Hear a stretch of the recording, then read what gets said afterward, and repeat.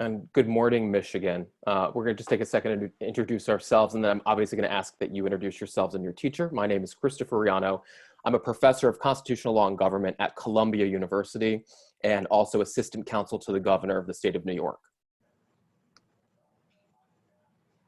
Hello, everyone. My name is Darcy Kern. I am a professor of history at Southern Connecticut State University. I am also an alumna of the program. I have kind of been where you are, not on Zoom, but we're really looking forward to hearing what you have to tell us today.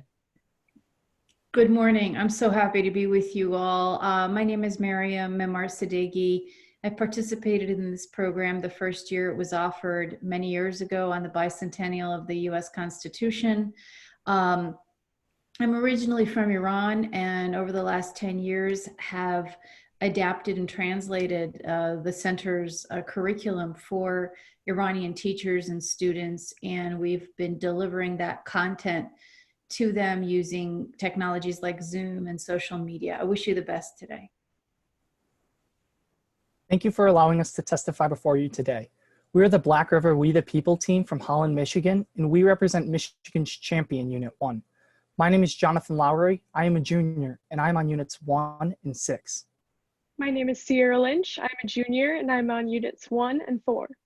My name is Parker Seymour. I am a junior as well, and I am only on Unit 1. And in this call with us today is our coach, Peter Lutzman, assisted by Luke Ryder. Wonderful, all. Thank you so very much. So we're all here for Unit 1. It's going to be question number 3. Aristotle asserts in politics that it is not the form of government, ruled by the one, the few, or the many that matters most, but rather the ends of government that are most important. Where in the Declaration of Independence and the Constitution did the framers set forth the ends of government? How did the framers differ, if at all, about how the ends of government should be prioritized? And which of the ends of government set forth in the Declaration and Constitution appear to have the highest priority today? You may begin. If man in the state of nature be free, why will he part with his freedom? It is obvious, wrote Locke. In the state of nature, he has the right, but the enjoyment of it is constantly exposed to invasion. The chief end, therefore, of men putting themselves under government is the preservation of their life, liberty, and estates. The Constitution and the Declaration of Independence differ when establishing specific ends of government. The Declaration uses Locke's natural rights purpose of government, the security of life, liberty, and the pursuit of happiness. The Constitution expounds on these in the preamble, empowering the people to determine the means to achieve them. Justice, domestic tranquility, defense, welfare, and liberty are the 5 ends distinctly established by the preamble of the Constitution, and together provide for the common good.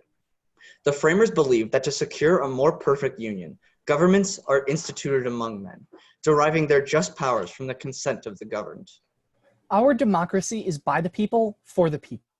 The framers intended for the people to dictate their common good through shifting means and priorities. Federalists like Alexander Hamilton believed that the ends of government would best be served through an energetic central authority, establishing a national bank, funding infrastructure, and imposing tariffs. Jeffersonians, on the other hand, favored laissez-faire, agrarianism, and natural independence. Anti-Federalists feared the Constitution, believing its general powers would ultimately be destructive of liberty.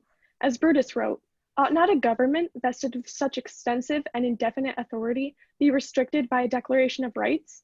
Liberty, they argued, must never be sidelined by other ends, a stance so crucial to George Mason that he refused to sign the Constitution. But even George Mason ignored this principle when it came to slavery, as did most framers. Instead, their solution was a Band-Aid. The Three-Fifths Compromise gained enough support from both Northern and Southern delegates for the Union's sake, but sowed seeds of conflict for future generations. The framers placed the Union itself above liberty, and the result was a bundle of compromises. Today, we see our ends of government prioritized through both the budget and public attention. Medicare, Medicaid, and entitlements represent over 60% of the budget as mandatory spending on the general welfare, while the common defense dominates half of actual discretionary funding. Congress's passage of the $2 trillion coronavirus aid package would suggest the federal government's focus favors the economy, allocating only 7.5% towards healthcare. But according to the Wall Street Journal, less than a third of Americans agree with this emphasis on economic well-being over health. The state's priorities differ from Congress's. 42 states currently have shelter-in-place orders in effect, putting their commerce on ice so long as the public health requires it.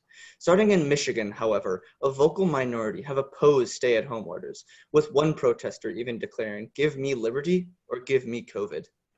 The multiplicity of different ends prioritized by the people demonstrates the importance of a form of government to both synthesize and pursue these goals. As Rousseau argued, the people always want what is advantageous to them, but cannot always discern it. Thus, Madison desired a scheme of representation to refine and enlarge the public views. Justice Kennedy noted that the framers believed liberty adheres in structure. They concluded that just ends of government could only be served through just forms. As Madison noted, men are not angels. The norms and institutions that guide our form of government are at least as important as its ends. Thank you. We are now ready for your questions. You know, I'm curious. I hear a lot of discussion in your introduction about the people. How do the people ensure good government, this concept of good government, during times of crises? Well, I think today the people are definitely united towards the end of health. I think Americans are practicing social distancing and creating personal protective equipment at home, demonstrating both Alexis de Tocqueville's enlightened self-interest and Cicero's mantra of not for ourselves are we born, our country shares a claim to our being. So the people definitely unite during times of crisis, specifically shown today throughout the social distancing and making of masks at home.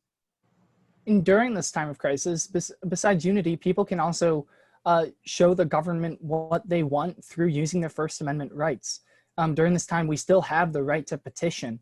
Many protests across the country have been occurring, trying to remind the government that people do want to make sure there are no curtailments of liberties and with these stay-at-home orders. And so the people are still able to tell their government that although we do need to prioritize the general welfare at this time, we also need to keep in mind that we are a society based on liberty. Well, you say the curtailment of liberty. What about the liberty to be healthy? I mean, isn't that built into the trifecta we see in 5th and 14th Amendments, right? Life, liberty, and property. There's a life element built into that liberty concept. What about the liberty to be healthy? Is that word just being misunderstood, or is it being misappropriated in some way? I think this definitely relates to the classical Republican and natural rights divide here. I think the liberty more so of these people not wanting to be restricted by staying at home, or the people that would rather give up their quality of life for the benefit of the community, the community as a whole, the general will being prioritizing health at this time. So yes, there's definitely a divide between these two liberties, and I think that tension is what we see today. But I would have to partially disagree with Sierra. I don't know that this really is the divide between natural rights and classical republicanism. John Locke wrote that legislatures can go so far as the common good requires it. And so we can curtail liberties, but as long as the common good really requires it, even under natural rights theory. But it's when we are no longer really benefiting the common good that these limitations should be limited. And so that's where I believe that's where the divide between necessary curtailments and unnecessary curtailments lies. How do you square that then with the First Amendment? Congress shall make no law respecting an establishment of religion or prohibiting the free exercise thereof or prohibiting the right to assemble.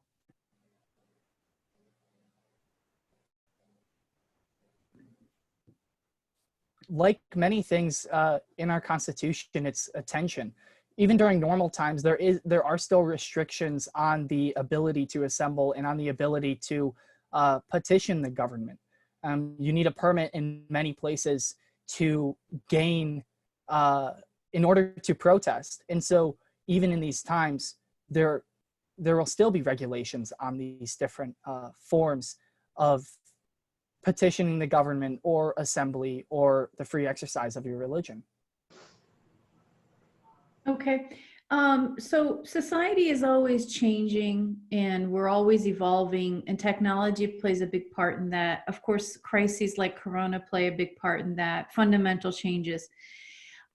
Even before the corona crisis, did you feel that polarization or atomization, lack of unity, cohesion was a problem in terms of preserving our ends of government? Definitely. I definitely agree with that. I think the polarization, especially in Congress, has amounted to immense amounts of gridlock and lack of action. So the separation of powers has been interrupted in this sense because the executive has had to take over with executive orders and find means to sort of respond to the people where Congress has failed to, such as President Obama's issuing of DAPA and DACA orders, where Congress did not create a legislation regarding immigration. Furthermore, this gridlock has also not really allowed our Constitution to adapt and evolve with the evolution of the human mind, as Jefferson said that it should.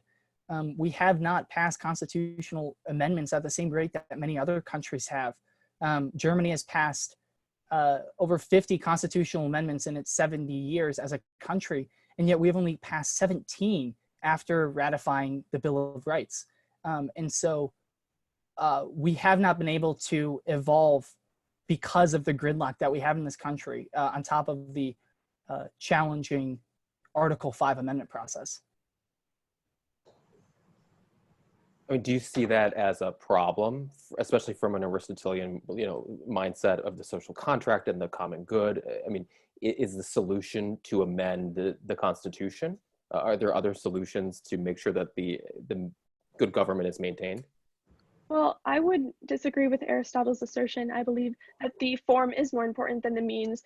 As Richard Posner believed, a constitution that, or just like any brittle thing, a constitution that will not bend will break. And I think, although our constitution has shown progress with amendments such as the end of equality being established through the 13th, 14th, 15th, and 19th amendments, it is still not solved. And yet this lack of compromise for amendments is definitely, may I please finish my statement, is definitely a rupture in our system. And so, yes, we can still go about establishing ends in a different way, but it is still, the form is still more important in this sense.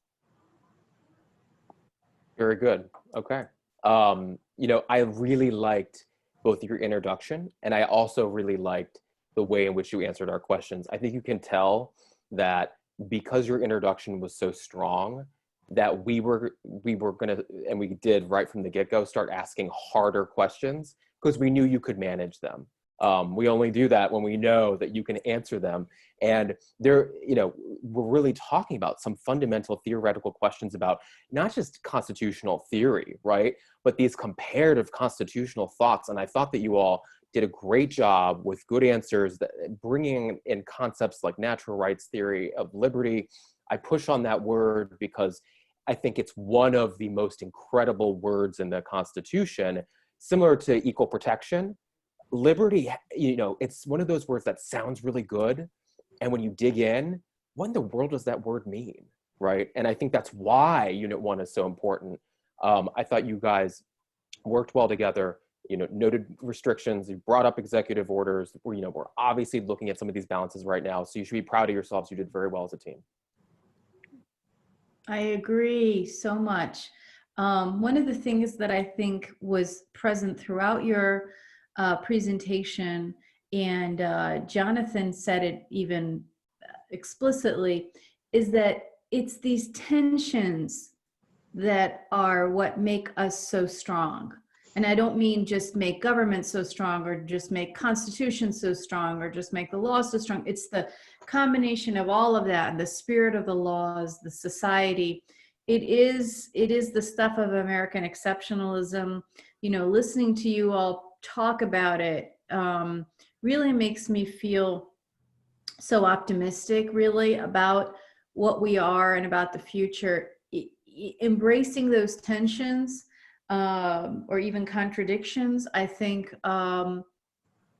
is really what can make us resilient throughout, whatever happens in the future too. And actually, I think it has a lot of moral lessons for us, even in our individual lives, in our personal lives, that you're not going to find some magical formula that's going to make you happy forever. It's just it's constant. It's constant needs, it's constant interests, it's constant aspirations.